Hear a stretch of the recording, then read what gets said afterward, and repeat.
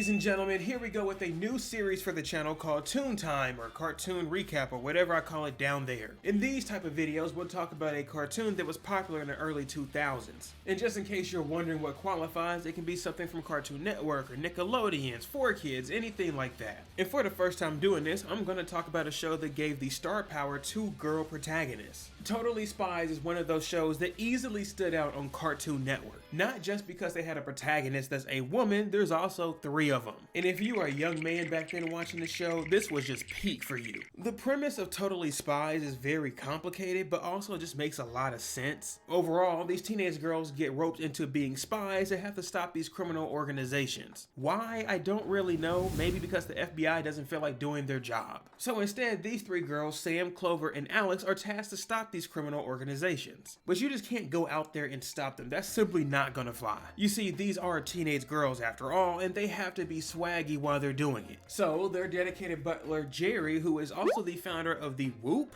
I hope I'm saying that right, it sounds kind of crazy, Foundation, does his best to give them gadgets that can help them with their missions. But these gadgets are not just something like a gun. That's not gonna happen for a teenager, no way. Instead, they get these special cool gadgets that are considered hip and trendy, because you have to be fly when you stop a criminal organization, and they have plenty of gadgets to spare. So this is the general premise of Totally Spies, with 6 full seasons and also a new one for season 7. There was a whole gap and a rebrand for season 7, which I won't talk about too much, but to be honest, I gave it a few episodes and season 7 is just not it. Maybe it's because they give these rebranded shows a bubbly new look and it just doesn't fit for everything. I mean, the reason people really love the Totally Spies from the start is because they're teenagers and they look like they're close to adults. Throughout the several seasons, this is approximately how old they actually are. But no matter what, whichever age you're supposed to be in season 7, you simply don't look like it. And let me point out, this all stems from the art style. So you can simply like that art style or you just don't like it. That's it. But we also have to be honest with ourselves and say the jokes are aimed for children. Because the nostalgia aspect for the first 6 seasons of Totally Spies is really set in our mind, to see these girls in a brand new art style, not flirting with boys, the jokes are very childish, you just don't want to really see it. This remake is really made for the new kids, and that's perfectly fine. But again, this is just what I've seen on different people complaining about it on Reddit. So if you do love it, I love to hear what you have to say about it. But again, I don't want to talk about the new season 7, so let's go back to 1 through 6. Now jumping back to seasons 1 through 6, you have 3 different spies that really surface level seem the same. I mean, they're all some teenage girls that just love them some fashion and men's. But when you watch the 20+ episodes within a single season, you realize that they do differentiate from one another. When it comes to Sam, she's technically the leader of the group and also acts as if she's the brains of the whole cast. I say overall, when it comes to her brain power, she's respected by her other 2 spies. When it comes to a situation at which they need to save somebody or save themselves, she's usually the one to come up with a plan. The next character of the group is Alex, who I would say is the sporty member of the cast. She's for sure the one that is more clumsy and really just loves life for life. But overall, Alex plays a pretty similar role in Sam. She just isn't really the brains of the group. I wouldn't say that she's the stupid one of the group either, because that role is easily played by Clover. Now listen, when I mentioned before that every one of these girls really just likes to chase after boys, Clover is literally that times 10.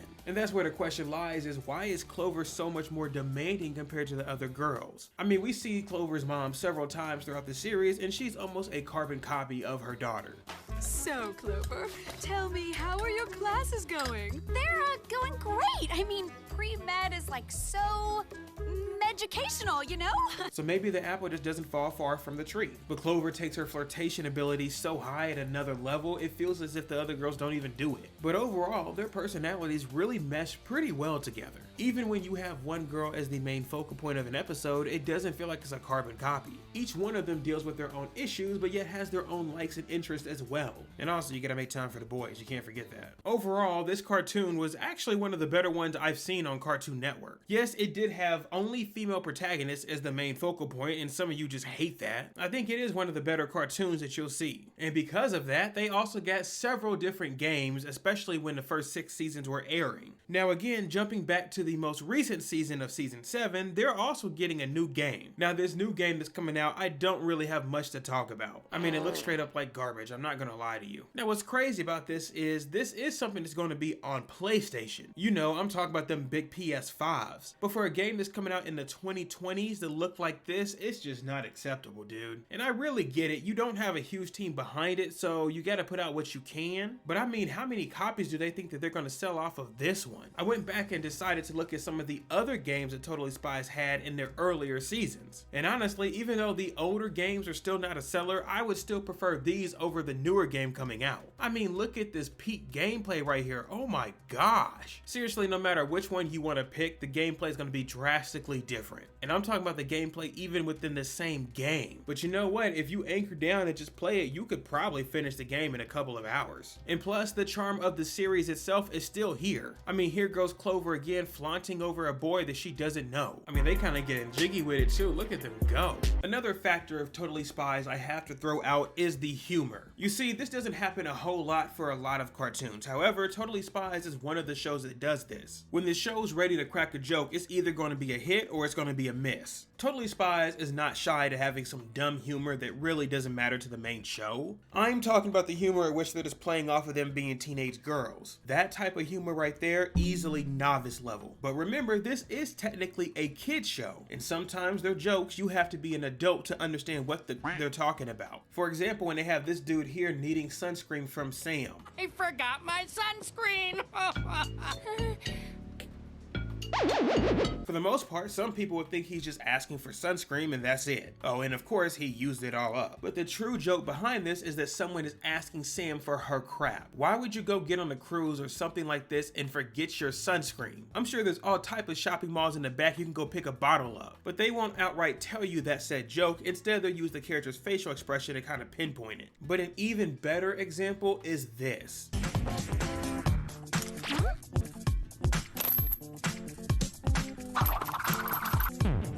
Please tell me, what are they disappointed about? I mean, we all understand, including them, that their job is to stop crime, right? Now look, hear me out. I did say they do have adult jokes, but it doesn't mean that this is an adult show. So them being disappointed after they saw what they did with their belts, what did you expect them to do? Hey man, I ain't saying nothing. But this kind of stuff right here happens in the show a lot, and you really have to be older to understand what they're trying to say. We also need to point out the inspiration of Totally Spies comes from shows that are not really typical. Have you ever heard of Charlie's Angel? I actually haven't either. I had to look it up, and really this title doesn't fit with the show. But regardless, no matter which iteration you're looking at, the series basically follows three girls that are crime fighters. These girls are private detectives that do things for a secret organization. I mean, bro, this is like almost copy paste. But Totally Spies also got some inspiration from another movie, which is called Clueless. Now, I actually did watch Clueless just to understand why Totally Spies got inspiration from the movie. And honestly, I was kind of clueless as to how. The only thing I can think that the creators got from Clueless is the fashion sense. So maybe they got the fashion sense from Clueless and mashed it together with Charlie's Angels detective scenes. I don't know, man. Good play, because you made Totally Spies and people loved it. And I have to say, there's so many factors within Totally Spies. There's a little bit of everything here for everyone. I also have to mention this because if you watch anime or cartoons, you just can't help but not realize it. Totally Spies is one of those rare shows at which the girls change their clothes. Of course, they wear their typical spy stuff, that makes sense, but when it's time to go flirt with boys, they have a brand new getup on. And I mean, that is dedication to the animators. Overall, if you have not given Totally Spies a shot and you are a fan of older cartoons, I suggest you do. And also, I want to know what you guys think of Totally Spies in the comments down below. And with that, this is the first one of whatever I'm calling this series. So if you want to have a say what's next, either go to my community channel and vote whenever I post, or just let me know in the comments. That works too. Until then, go check out this video over here. I love y'all. Take care. Peace.